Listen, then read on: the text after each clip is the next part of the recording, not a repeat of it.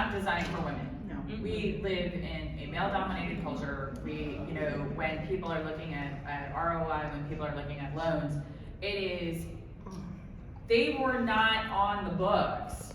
So there's a Zen poem that I really like that basically, if you're going to get hit, no matter what you do, the system is broken. What do? And the answer is you break the goddamn stick. And they do this every day. So, what was the biggest challenge? How did you overcome it in doing what you wanted to do?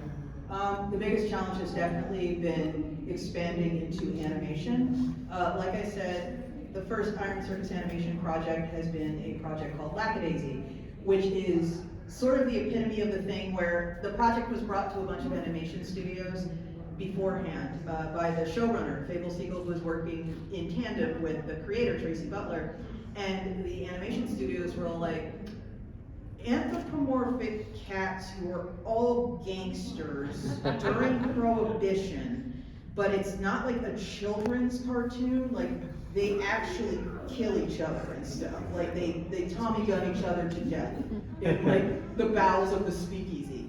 And also there are musical interludes, and also it opens with, you know, murders and gunfire and all kinds of crazy shit. We have no idea how to sell this. We're not even sure anyone would want to watch this, but you crazy kids go out there and, you know, make it yourself, and we'll see what happens. When they say go do it yourself in animation, that is animation executive for fuck off. Because when they were saying that, no one was really doing it themselves. But when we made Lackadaisy and it got a bunch of attention, it was weird how much attention it got. I will probably be on my deathbed thinking about the fact that Ralph Bakshi tweeted about Lackadaisy, just worth checking out. And I immediately had a fit. Senpai noticed me! But, animation is so insanely, ridiculously expensive. These days I get a lot of emails like, how do? And the best way I can explain it is like, it's kind of nearly impossible unless you start extremely small with, quite frankly, a volunteer force. We didn't have that, and we had to read the whirlwind. But you can't start with like we did. I wouldn't recommend anyone do it like we did, with like a half-hour pilot and then moving straight to a season. Like if I were talking to somebody now who has this idea that they want to kind of go forward on, I would say, do like little 5-minute animatic shorts, see how people take it. Then maybe run a Kickstarter to do like a 10-minute thing, see how people take it, build your audience over the course of like 5 or 6 years, and maybe you'll have something. There are a lot of animation projects out there right now that kind of, it's bizarre because they're amazing, they're professional quality. If I could be so bold, they're better than most things on TV, and no one's watching them. Because a lot of it is about attention, and a lot of it is just different. Like there is a thing on YouTube right now, it makes me suspicious.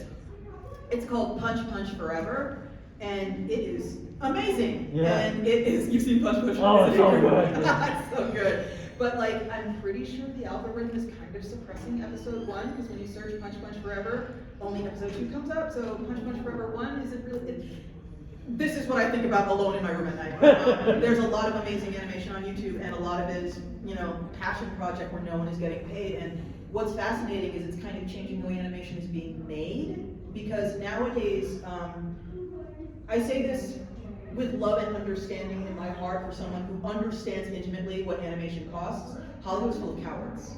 And that explains a lot of their output, because right now, safe projects are where it's at if you're at the executive level. They are more interested in remaking sure things than trying something new. And this is not, you know, my weird theory. Like this is something where Craig McCracken talks about how he pitched 16 shows to Netflix on Twitter, and he couldn't get anything picked up.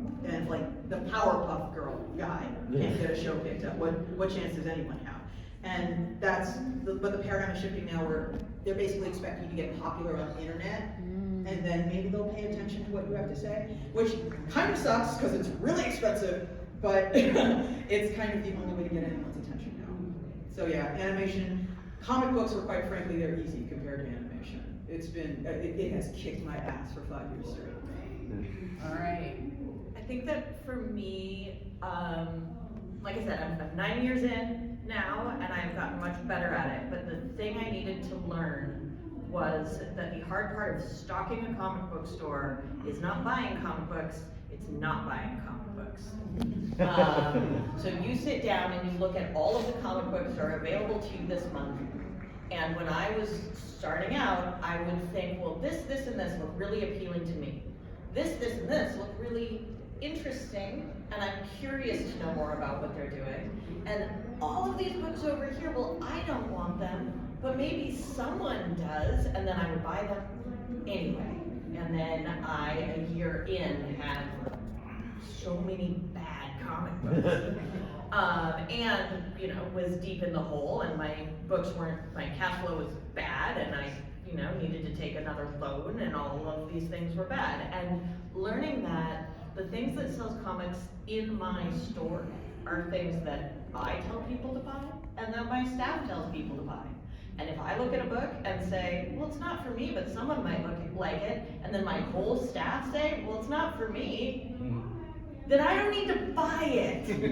I don't need to spend my money on it to bring it into the store that then nobody is going to want to sell. And that trust in our taste, and then subsequently trust in my hires, trust in my staff, trust in my staff's taste, that what makes up the store is not just me and what I like, but what makes up the store is this extraordinary group of people that I've put together who all know how to sell things, and their taste and my taste. And so the responsibility is hiring the right people, making sure that we always have a good mix of tastes and interests and specialties in the store, and then making sure that they have enough of the books that they can sell to make the money work at the end of the day, which means not crowding those out with stuff that none of us likes. And that is a reoccurring thing that I see across these decisions and these choices, and you ladies at the end, I will give you a minute, I promise. Women run on context. Men run on statistics. They run on numbers. Women are doing this through intuition. It's just a simple way that women communicate, and it is becoming more and more often. But when we are taking in information and processing it in a way that we don't know. It's not, there's no flow charts. We're not like, oh, that makes sense. And so Katie's story is really great because she's figured out how to create an extended intuition, an extended algorithm for her decisions. So she just has to trust her hires. But that starts with trusting herself. And that's a reoccurring thing of women make decisions, whether it's buying, whether it's business decisions, whether that's interest levels in a completely different way. I have to say though, really quickly, my whole thing that I always tell people is like, we're all out here trying to survive capitalism. Yeah. And probably the most heartbreaking part of my job is when I get submission for a book, and I am feeling that book, and that book is amazing, but I know in my heart that this book will not sell. I follow so many cartoonists on social media. I love their work so much. They are so funny. They are so weird. They stick the landing on every single punchline, and I know they would never sell. Well, and maybe there will be a project that either, maybe the project they're pitching to you needs to go to somebody else, and that somebody else will know how to sell it. I absolutely And have maybe referred them to other publishers. In 10 years, they will have a project that absolutely not just vibes with you, but vibes with your business sense of, oh, this I can sell. Absolutely. And you will be so grateful to have it, and they will be so grateful you didn't waste their time 10 years ago with a book that you wouldn't have been able to sell. Yeah, at the end of the day, I have to keep Iron Circus in business. It's kind of like the only thing I have. And I can't publish books that I know for a fact will be dead stock in 5 years. No matter how amazing I think the creators are. And that sucks. That sucks, but that's the nature of capitalism, unfortunately. Well, that puts a lot of comics companies out of business. Yeah.